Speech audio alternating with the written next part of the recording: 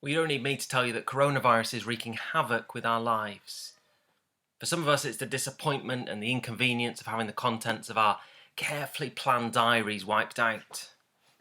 For others, we're perhaps fearing the boredom and the monotony of endless cycle of days confined to our houses. For some, coronavirus is shaking our financial security severely. Some are seeing much-loved projects and ventures screeching to a grinding halt. And others, of course, are looking on in devastation as businesses that they've perhaps given their lives to build are coming crashing down. And of course, most distressing of all, many of us are being confronted with the uncomfortable fact of our mortality and the fleeting fragility of life as the cold reality of death draws near to each one of us.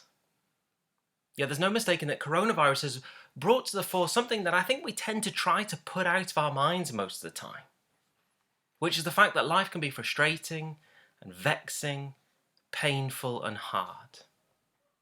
And at times like this, we often find ourselves confronted by stark questions that normally we manage to ignore.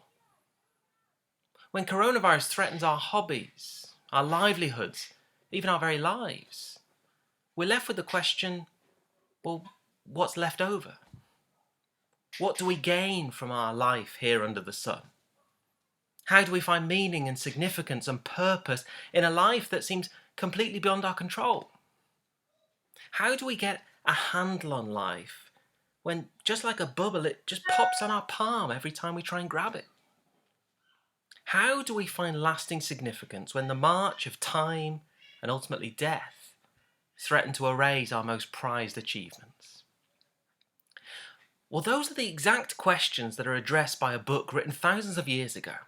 It's the Old Testament book of Ecclesiastes. Ecclesiastes introduces us to a character called the teacher, who takes this perilous journey in his quest to find meaning in life.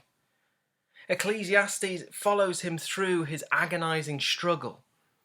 It documents his various missteps. It shows how he goes even to the brink of disaster before he finally comes to a place where he finds meaning, purpose, even joy in a reality just like ours today. And so, in lieu of our normal Wednesday night worships, I'd like to invite you to join me in looking together at the book of Ecclesiastes on Wednesday night here. It won't be an easy read. It's not for the faint-hearted. The teacher will ask questions and travel to places where most of us would hesitate to follow. But I do hope that if we take seriously the lessons that the book of Ecclesiastes teaches, we will learn to find meaning and purpose in enjoying each day as a gift from God, even in times such as these.